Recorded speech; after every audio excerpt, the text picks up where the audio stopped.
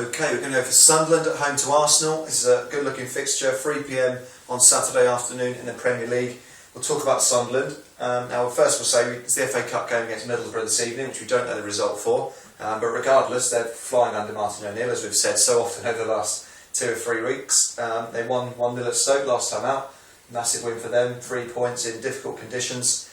They've won their last 3 Premier League games, in fact. So this is where they just keep going strong. Yeah, I mean, the rest of the Premier League should shudder because they've been flying under Martin O'Neill, but against Stoke we saw them grind out results as well. So if you can't stop them that front and they're not playing well, who's going to stop them? So it's like the fluent win to beat Norwich 3-0 comfortably, and then the dogged win to win at Stoke. So that's a really good sign for them. Yeah, I mean, I think everyone's known the form table shows that they would be top of the league if Martin O'Neill would take over, or from when he has, they've been top of the league. So yeah, they're unstoppable at the moment, but it'll be an interesting test for them this weekend. Okay, so I've just seen on Twitter recently, often you get sort of banter with fans and stuff, but Sunderland have been talking about finishing above Newcastle this season, so just only 9 points behind their saying, which is probably a bit tongue-in-cheek, I imagine, but they'll be careful not to get too ahead of themselves, and obviously finishing 8th and moving on to next season positively would be fantastic. Well, I remember, I think it was during the January transfer window, Martin O'Neill was asked about where Newcastle are, and he was like, just calm down, we need to...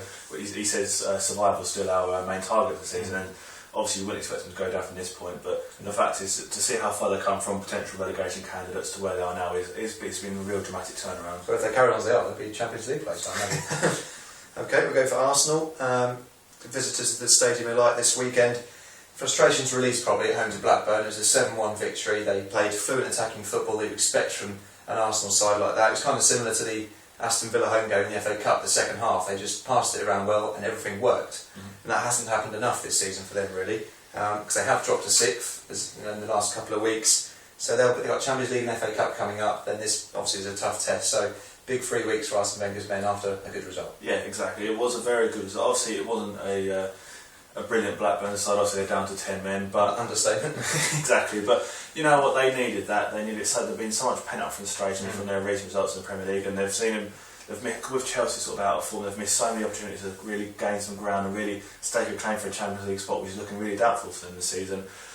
And they needed that so badly, and they look so sharp going forward. They look really, really clever in attack. So you know, they'll look to go on a run now and really sort of push up the table. You mentioned them looking positive in attack. One of the main, because obviously Van Persie we know all about. Theo Walcott's done it in the Premier League for a few years now. Alex Oxlade-Chamberlain, fantastic prospect, 18 years old, and he's just something they seem to be missing. Kind of pushing forward. He's powerful. He's skillful. He can score goals. He can create goals.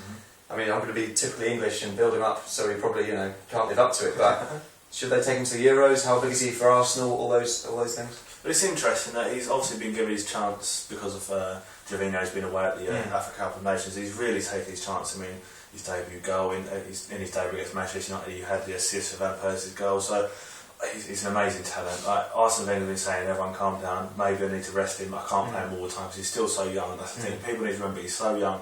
He's not going to play that good for the next year. Exactly, because in fairness to Wenger, he kind of said that they've almost got to learn from the Jack Wilshere mistake. Yeah. Because last season they were kind of thinking, we'll play him a bit. He's a young player, but he played pretty much all season.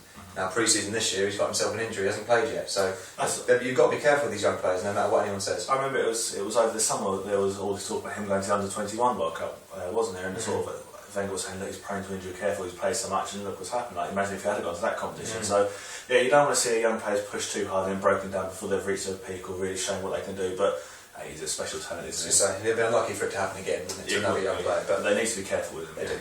Okay, we'll go for a prediction. As we say, this is a good-looking fixture in the Premier League, probably one of the best of the weekend. Sunderland home to Arsenal. I think Sunderland are going to lose this one 2-1, so I'm going for a 2-1 win to the Gunners. And I think they'll just nick it. Like you say, it's a real test. After seeing them sort of lose to Swansea on the road, you kind of think maybe they're vulnerable away from home, and Sunderland are in such good form, so I'm going to go for a cheeky Sunderland 2-1 win.